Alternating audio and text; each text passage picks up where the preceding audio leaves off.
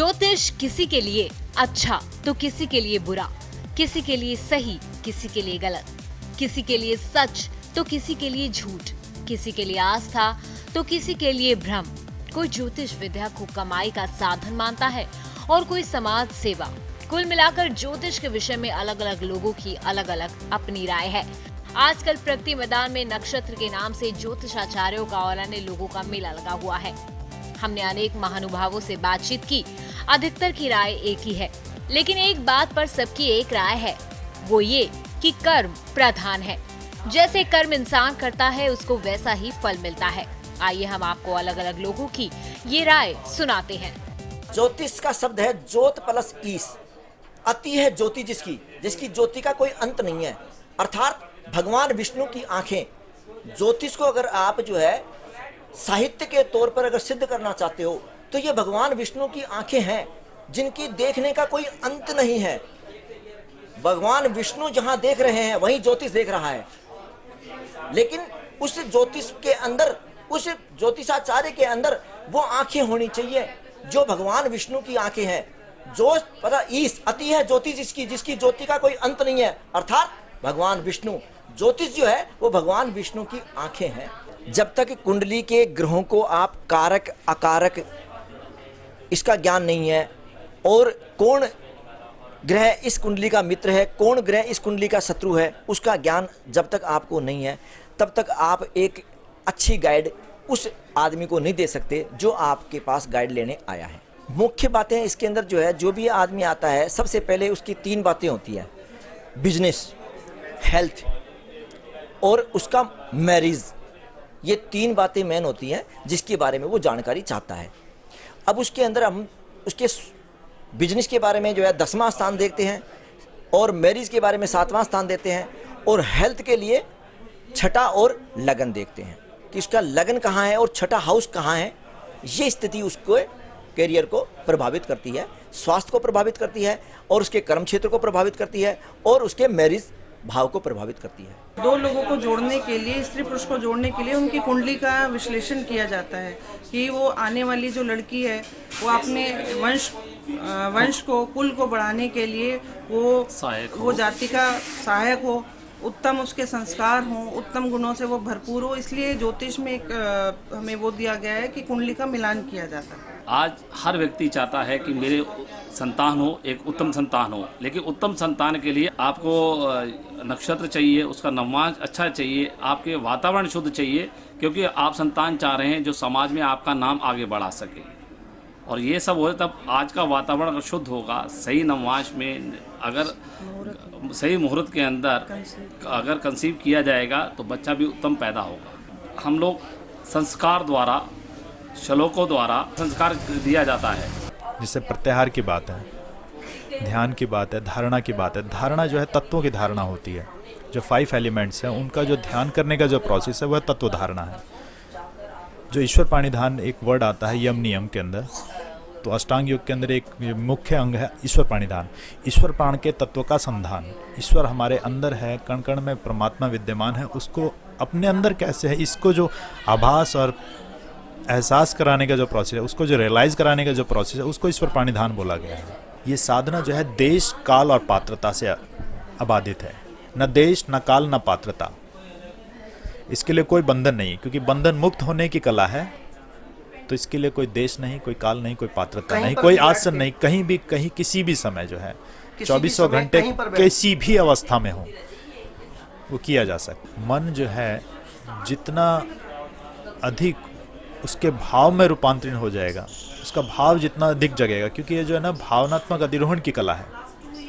तो जब उस प्रोसेस को करेंगे तो भावनात्मक अधिरोहण होगा, क्योंकि उसके अंदर जो है भजन, कीर्तन, वो सारी चीज़ें हैं। क्योंकि एक चीज़ों से बात नहीं बनती है, क्योंकि ये तो जो है, क्योंकि उस महाशक्ति का आवाहन है, परम पुरुष का आवाहन है, और परम पुरुष के आवाहन के लिए वो शक्ति रहेगी कहाँ, तो उसके लिए तो ये तैयारी मात्र है।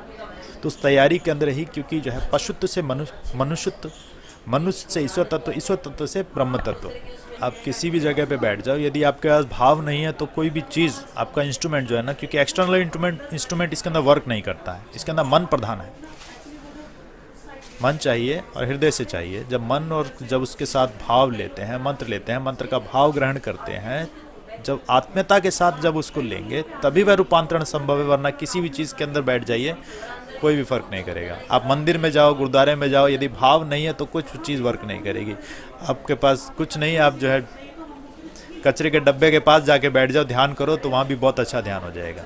कामयाबी के लिए कोई भी शॉर्टकट नहीं है, पर फिर भी जो है, क्योंकि जो है मन जो है नीचे नहीं गिरे, अधोगामी ना हो, मन की जो गति है, ऊर्जा की जो गति है वह ऊर्ध्व हो, उसके लिए यदि कुछ नहीं कर सकते हैं तो कम से कम कीर्तन तो सदैव करें। कीर्तन ने सदा हरि।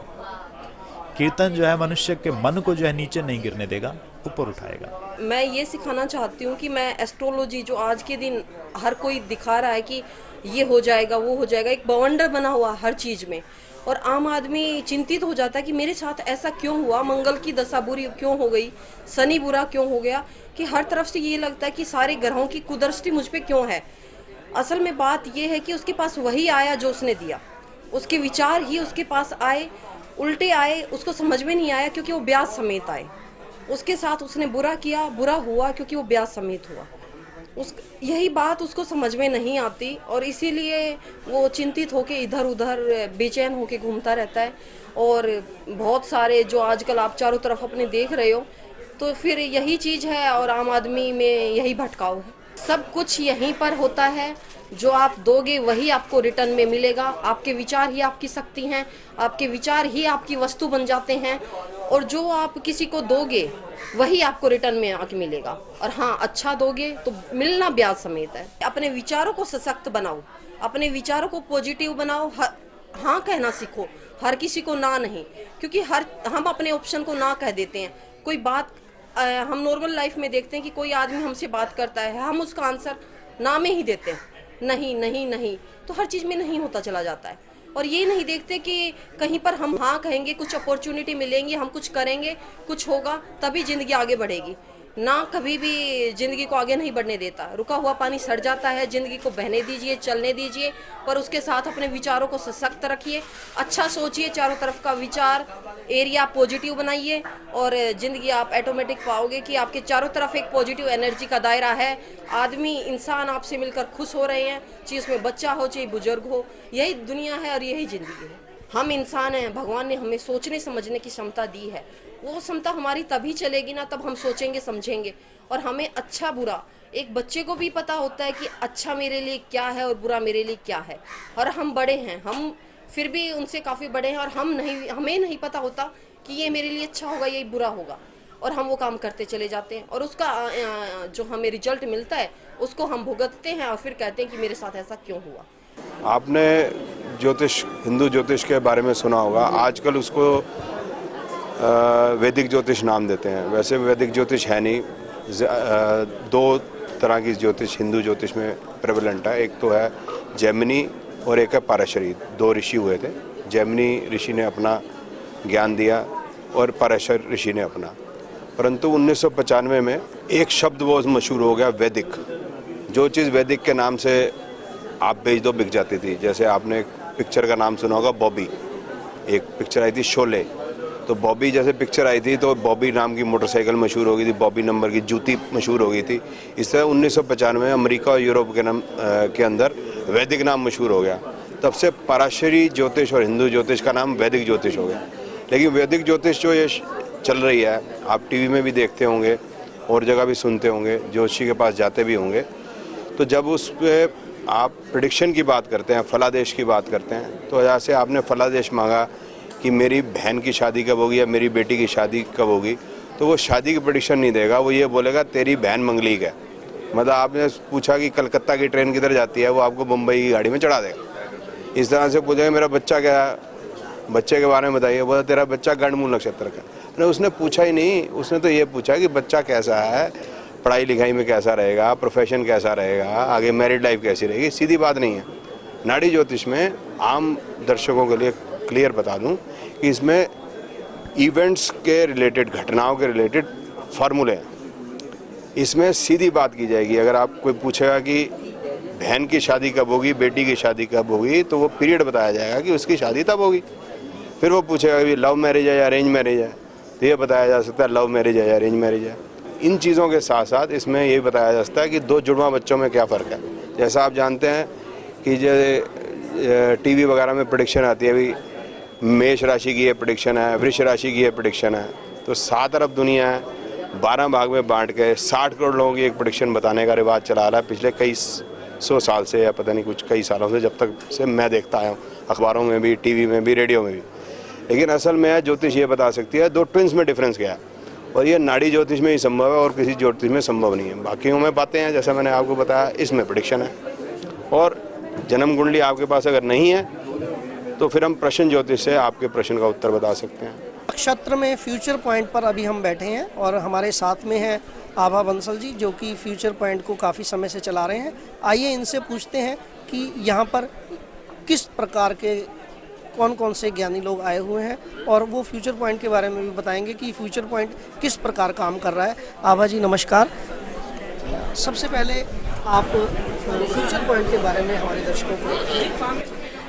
फ्यूचर पॉइंट हमारी 30 साल पुरानी संस्था है जो कि ज्योतिष के क्षेत्र से जुड़ी हुई है, और हमारी संस्था को एक गौरव प्राप्त है कि जो आप कंप्यूटर पे जो जन्मपत्री देखते हैं वह हमारी संस्था ने 30 साल पहले शुरू किया है। हमारे संस्थापक श्री अरुण बंसल जी ने ये कंप्यूटर पे पहला प्रोग्राम निकाला था, और तब से हम चाहे कंप्यूटर में डेस्कटॉप हो या पाम टॉप हो या अभी लेटेस्ट एंड्रॉयड वर्जन हो, उस पर हमने हर तरह का सॉफ्टवेयर तैयार किया है। और इसके अतिरिक्त हमारी मैगजीन्स निकलती हैं, फ्यूचर समाचार, जर्नल ऑफ एस्ट्रोलॉजी, और हम शिक्षा के क्षेत्र में भी कार्य कर रहे हैं। हम ज्योतिष, वास्तु, न्यूमरोलॉजी, पामिस्ट्री, इन सब के ऊपर शिक्षा प्रदान करते हैं, और हमारे पूरे देश में करीब 120 सेंटर हैं जहां पर यह शिक्षा दी जाती है। शहर में अलग अलग राज्यों में, जैसे कि जिसमें जहां पर कि ज्योतिष के क्षेत्र में कोई अनुभव जिनके पास प्राप्त है वो कुछ खोलना चाहते हैं, और जहां पर कि लोगों में बहुत उत्सुकता है कि ज्योतिष सीखें, तो वो हर जगह तलाश करते हैं कि हम किससे ज्योतिष सीखें। तो ऐसे में हम जहाँ पर इस तरह का जगह हो और वहाँ पर कोई अनुभवी व्यक्ति हैं जिनको कि इसकी नॉलेज है, तो वहाँ पर हम उनको इस तरह का चैप्टर खोलने की अनुमति देते हैं, और पूरा जहाँ पर उनके पास पढ़ाने का एक जगह है, सिस्टम है, और पूरा क्योंकि सारा ये सिस्टम हमारे यहाँ से फॉलो होता है कि आपको क्या पढ़ाना है, कैसे पढ़ाना है, कब एग्ज़ाम लेने हैं, तो वो सब कुछ उसको फॉलो करते हैं और यह सिस्टम चलाया जाता है। ये करीब 20,000 स्टूडेंट हमारे इंस्टीट्यूट जो हमारी फेडरेशन ऑफ एस्ट्रोलॉजर सोसाइटी है उससे निकल चुके हैं, और हमारे कोर्सेज़ हैं अलग अलग, ज्योतिष रत्न, ज्योतिष भूषण, ज्योतिष प्रभाकर, ज्योतिष शास्त्राचार्य, तो 6-6 महीने के कोर्सेज़ होते हैं। दिल्ली में तो ये 3-3 महीने के कोर्सेज़ भी हम कराते हैं क्योंकि हम रेगुलर क्लासेस कराते हैं।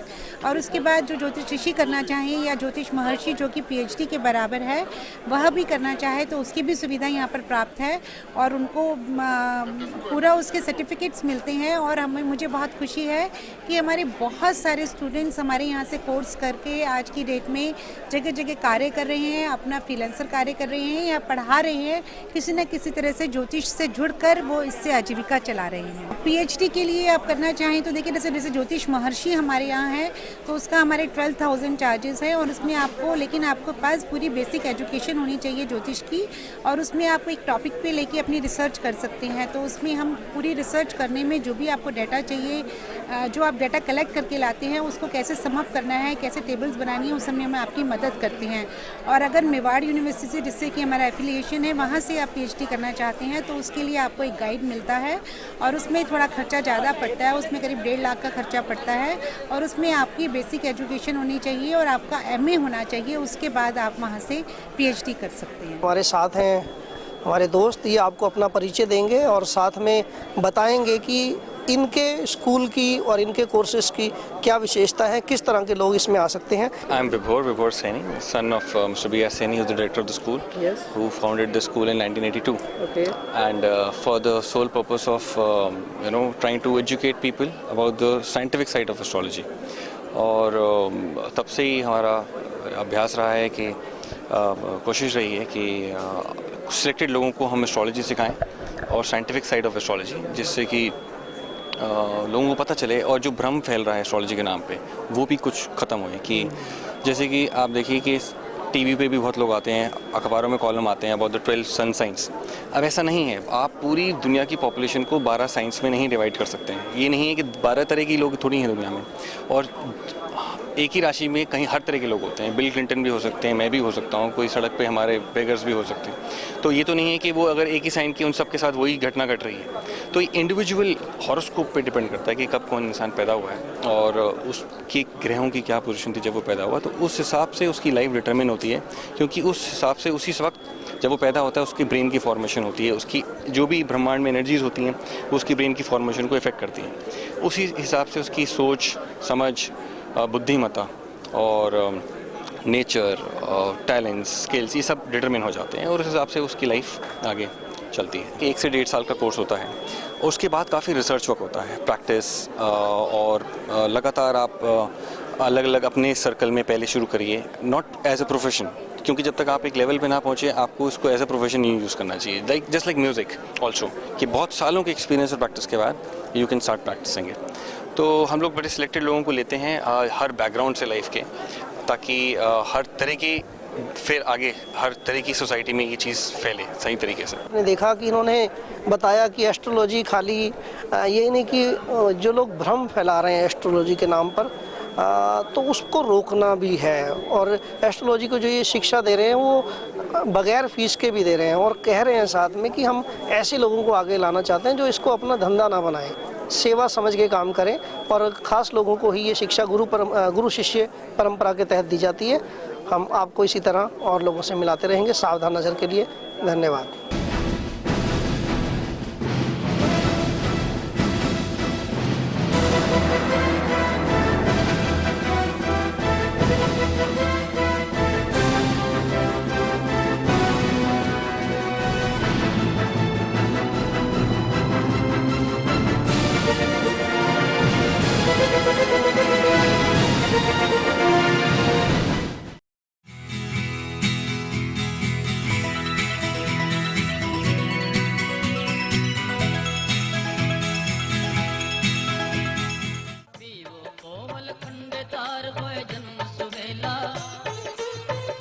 कोमल खंड तार हुए जन्म सुहेला।